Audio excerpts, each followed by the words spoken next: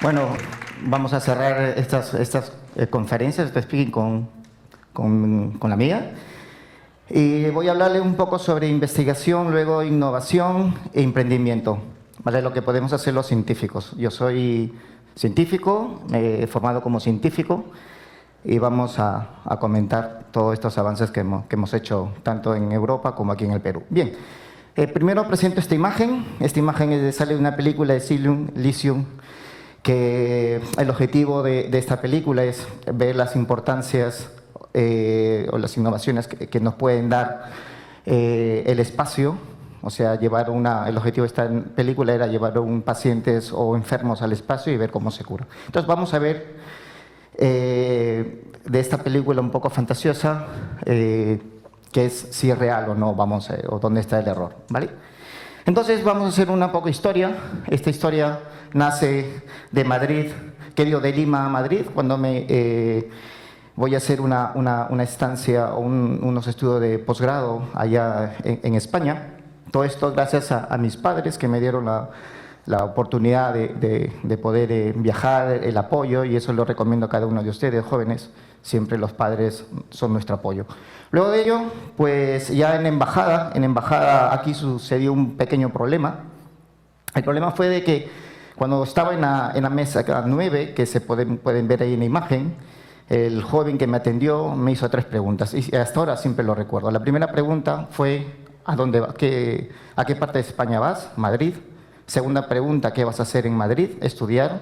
Y la tercera pregunta clave, la beca. Me pidieron la beca y yo le dije, no la tengo.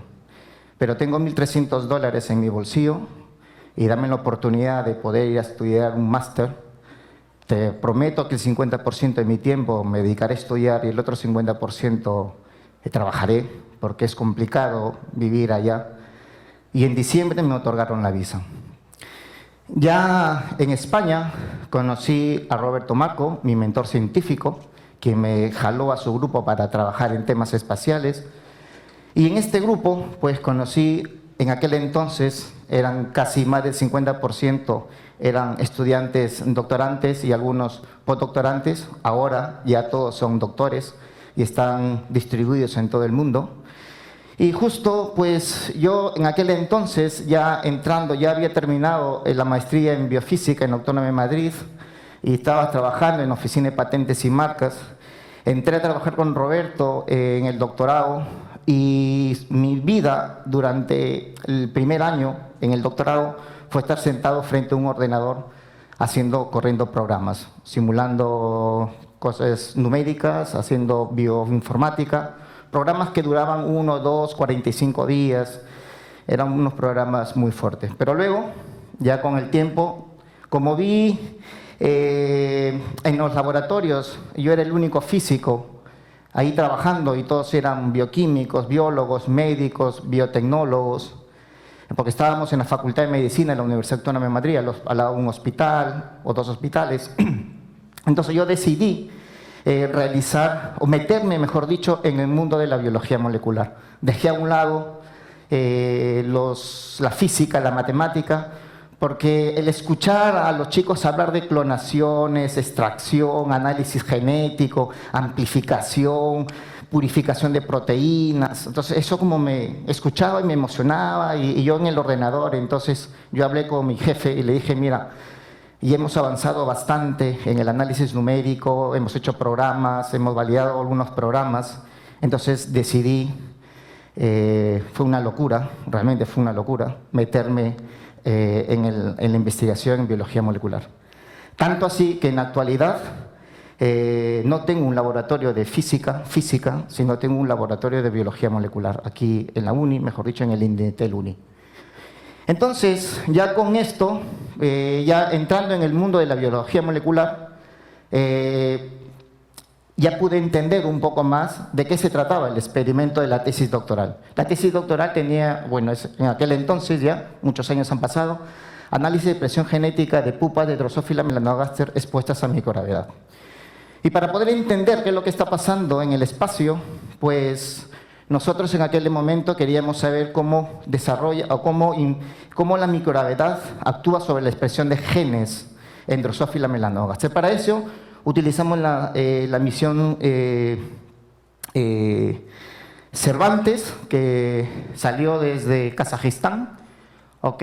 Y utilizamos larvas de primer estadio, se hizo una parada en Toulouse, en Francia, luego pasó a Rusia, y de Rusia, pero de Rusia volaron hacia la Estación Espacial Internacional, pero de Madrid a Rusia, Baikonur, hubo un tratamiento en frío, ¿vale?, de 14 grados, y luego volaron directamente a la Estación Espacial Internacional. En paralelo, y se hizo un trabajo en una máquina simuladora de microgravedad que había en la Agencia Espacial Europea, donde realizamos estancias ahí. Los resultados fueron un poco interesantes en el sentido de que ya la NASA y la ESA en aquel entonces habían desarrollado investigaciones que la mosca, o mejor dicho, Drosophila melanogaster, no tenía ninguna alteración fenotípica. Por lo tanto, lanzaron una hipótesis diciendo de que si no tiene una alteración fenotípica, por lo tanto no va a tener una alteración genotípica, en los genes, no en la forma. Entonces, y estos resultados, ya nos dieron nos trajeron abajo a la hipótesis que realmente no iba a tener una relación genotípica, y todo lo contrario. Pudimos observar, y ahí se ve claramente, que cada punto de esto nos representan la expresión genética. Quiere decir, cuando nosotros comparamos los niveles de expresión genética tanto en el espacio como en un simulador con todos los genes de Drosophila, todos los genes que en ese entonces ya se podían hacer, en el 2005, hacer análisis de microarrays que duraban 2 horas, pudimos ver y observar con todo el ruido, ya se observaba una correlación. Entonces de ahí vino la tesis. La tesis nos dio estos resultados, obtuvimos 806 genes que respondían a la microgravedad. Luego el algoritmo nos dio un grupo de genes con una frecuencia determinada que procesaba el programa. Estos resultados lo tuvimos después de 45 días que el computador estaba corriendo. Ya después, en el clúster de correlación que nosotros desarrollamos, observamos que habían 6 genes que participaban en los clústeres, y esos 6 genes los vimos interesantes, y esos 6 genes se inhibían. Cuando nosotros quisimos validar el algoritmo, que fue otra locura más, sobre todo los programadores, aquí, cuando crean un algoritmo, lo comparan con otro algoritmo comercial. Es una locura comparar un algoritmo con un experimento biológico, porque los sistemas biológicos son totalmente estocásticos, Entonces, decidimos realmente hacer un experimento biológico para poder comparar o ver si es que realmente lo que habíamos detectado estaba en lo cierto o no. Por lo tanto, realizamos de nuevo el experimento del año 2010, y ¿qué es lo que observamos? Lo que observamos era que el comportamiento de estos 6 genes era similar, solamente de que había un solapamiento. Quiere decir que el experimento de 2010 solamente lo tratamos en microgravedad. Recuerden que les había comentado que el experimento que lo llevamos al espacio tuvo un tratamiento previo en frío, después microgravedad. Entonces, como el objetivo era ver si es que realmente responden a la microgravedad, eso es lo que hicimos, microgravedad, nada más. Entonces, teníamos 2 experimentos distintos, que la primera discusión era que no se pueden comparar 2 experimentos distintos, pero estos 2 experimentos distintos nos estaban dando un valor, una serie interesante. Miren la gráfica verde y miren la gráfica roja. Eso quiere decir que esos genes están respondiendo de manera similar a 2 estímulos distintos. Lo que quiere decir que estos genes posiblemente tendrían factores de regulación similares. Y eso fue la siguiente tarea que nosotros hicimos. Buscar, del punto de vista bioinformático, los factores que lo regulan a estos genes. ¿Y qué es lo que pasó? Lo que pasó es que estos grupos de genes tenían los mismos factores de regulación. Y es por eso, desde el punto de vista bioinformático, y es por eso que este grupo de genes responde de manera similar a 2 estímulos distintos. Entonces, la siguiente tarea que se realizó ya aquí en el Perú, fue con mis alumnos de Biología Computacional de la Escuela de Ciencias aquí en la UNI, donde la tarea que les comenté a ellos, y es esta, la tarea que les comenté a ellos, era que ingresen a la base de datos de TF-Search para buscar los reguladores comunes, o mejor dicho, para buscar todos los reguladores de esta base de datos que están publicadas, todas, eran más de 300 genes que son ya publicados como reguladores en Drosophila, y que todos esos reguladores, los busquen en los genes que había detectado en la tesis doctoral. ¿Y qué es lo que pareció? Que ninguno de esos reguladores aparecieron dentro de los 806 genes que habíamos detectado como respuesta a la microgravedad. Eso quiere decir que los reguladores no estaban funcionando en la microgravedad. Por lo tanto, y aquí voy a la anterior, por lo tanto, lanzamos a estos genes como si fuesen genes sensores. Y aquí utilizo yo la matemática del álgebra lineal. El álgebra lineal, cuando nosotros lo utilizamos para poder analizar un conjunto de variables como si fuesen sensores, tiene que cumplir 3 características. La primera es que tiene que tener una relación espacial, una relación temporal y que sean linealmente independientes. ¿Cómo lo llevo esto a la biología? Primero, a la relación espacial, porque tienen que expresarse en el mismo tejido. Perfecto. Estos genes son genes musculares y eso lo están viendo en la primera imagen. Segundo, que tienen que tener una relación temporal, tiempo. Quiere decir que los genes se expresan en el mismo tiempo. Por lo tanto, eso se está observando. Y lo otro, que son linealmente independientes. Y esa es la última gráfica que se observa. Bien, luego hicimos una relación matemática, donde pudimos observar que realmente lo que estaba pasando en la Estación Espacial Internacional podía pasar en ese simulador que nosotros tuvimos. Ahora concluimos que realmente la microgravedad está actuando sobre los niveles de expresión genética. Bueno, ¿cómo esto lo llevamos? En aquel entonces lo queríamos ver la manera de cómo poder relacionar con ondas gravitacionales. Y esto es lo que hay en el observatorio de LIGO en Estados Unidos, que utiliza estos sensores láser para detectar ondas gravitacionales, donde hay pequeñas perturbaciones, que miden Armstrong. Pero si nosotros podemos utilizar la biología molecular también para poder medir ello. ¿Por qué? Porque nosotros podemos detectar pequeños nucleolos, que tienen una distancia de 10 a la menos 9 metros con respecto a las constantes gravitacionales que son 10 a la menos 10. O sea, podemos tener por ahí relacionar los dos. Por lo tanto, eso es lo que habíamos nosotros desarrollado. Desarrollamos luego con unos físicos teóricos que encontramos utilizando la teoría de relatividad. Vimos que había un coeficiente que se permanece en este conjunto de genes, que los seguimos investigando y lanzamos este conjunto de genes como posibles sensores a la microgravedad. Acá hicimos cómo actúa la microgravedad en un sistema proteico, por ejemplo, que lo enrolla y lo desenrolla, y con esto nos lanzamos a pensar qué es lo que está haciendo la NASA en la actualidad. La NASA está utilizando las investigaciones en microgravedad para poder hacer frente al cáncer.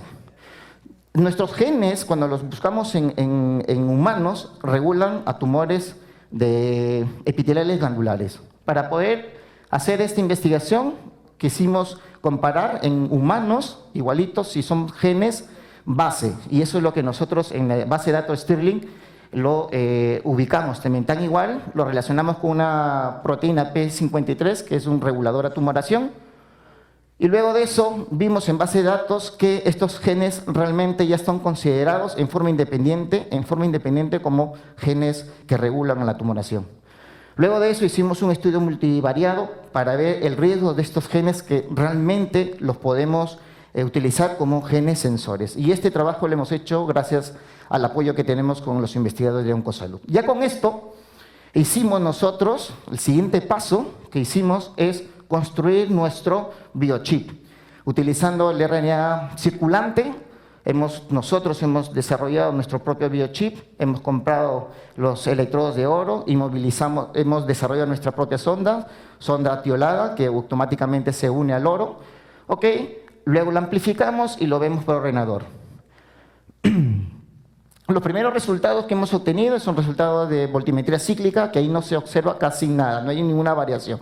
Pero luego hicimos estudios de relación amperimétrica, y podemos sí encontrar una variación, de tal manera que ahí ya podíamos nosotros formar nuestro circuito eléctrico y ver cómo están respondiendo la resistencia. Quiere decir, cuando hay hibridación, aumenta la resistencia, y cuando no hay hibridación, no aumenta la resistencia. Y eso es lo que nos está dando nuestro resultado. Ya con esto, nosotros construimos nuestro propio biochip, Made in Perú, que va a ser utilizado con pacientes de Oncosalud, que lo tienen ahí, y lo hemos desarrollado aquí con científicos peruanos. Ya con esto, ya voy a terminar, ya a mi regreso a Perú, de un viaje de Madrid a Lima ya, no podía un poco dormir y comencé a diseñar la máquina de microgravedad. ¿Ok?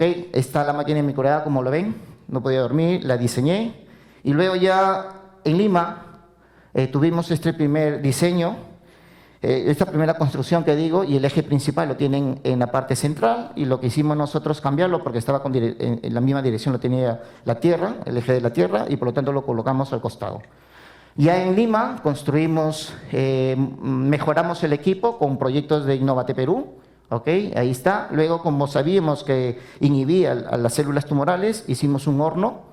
Ahí está la máquina de microgravedad con un horno adentro, y nosotros colocamos células tumorales ahí y vemos cómo las células mueren por apoptosis. Luego de esto, ya con unos socios en España, nosotros construimos ya una máquina. Esto es una locura ya, porque esta máquina que hay en España, que lo hemos desarrollado, lo hemos construido, la estamos utilizando, bueno, se quiere utilizar para pacientes. Y esta máquina tiene 4 metros de altura por 16 metros de área. Entonces el paciente va a estar en medio y va a comenzar a rular. Os prometo que esta máquina vendrá a Perú para ser aplicada también, igual que en España. Ya con esto me quedan solamente 2 transparencias. Nos preguntamos, oye, pero hasta ahora no nos indicas qué es lo que hace la microgravedad, cómo se hace la microgravedad, o sea, la microgravedad dentro de tu máquina. Entonces, para eso he puesto 3 imágenes y lo pueden hacer sencillamente en su casa. ¿Ok? Imagínense que ustedes tienen una fresa y leche condensada Nestlé, coloquen la fresa dentro de la leche condensada Nestlé, luego retiren, ¿y qué es lo que van a observar? Lo que van a observar es que la leche condensada Nestlé precipita hacia la Tierra, ¿ok? Por efectos de la gravedad. Hagan el mismo experimento, ingresen la máquina, ingresen la fresa dentro de la leche condensada Nestlé y luego retiren, pero comiencen a mover en todas las direcciones, muy lentamente. ¿Y qué es lo que observan? Lo que observan es que la leche condensada Nestlé no cae hacia la Tierra, no es jalada. ¿Ok? Entonces, eso es lo que está ocurriendo en nuestra máquina de microgravedad, que los movimientos aleatorios en todas las direcciones hace que todo lo que se encuentra ahí se genere un principio de microgravedad. Por lo tanto, y ahora podemos entender realmente lo que el espacio nos está dando. Y lo que nos está dando el espacio es que realmente podemos nosotros muy pronto tener posiblemente un hospital oncológico en el espacio y poder llevar pacientes allá y ver la manera de cómo se curan. Por lo tanto, esta película al menos algo de ciencia ficción tenía. Con esto, gracias.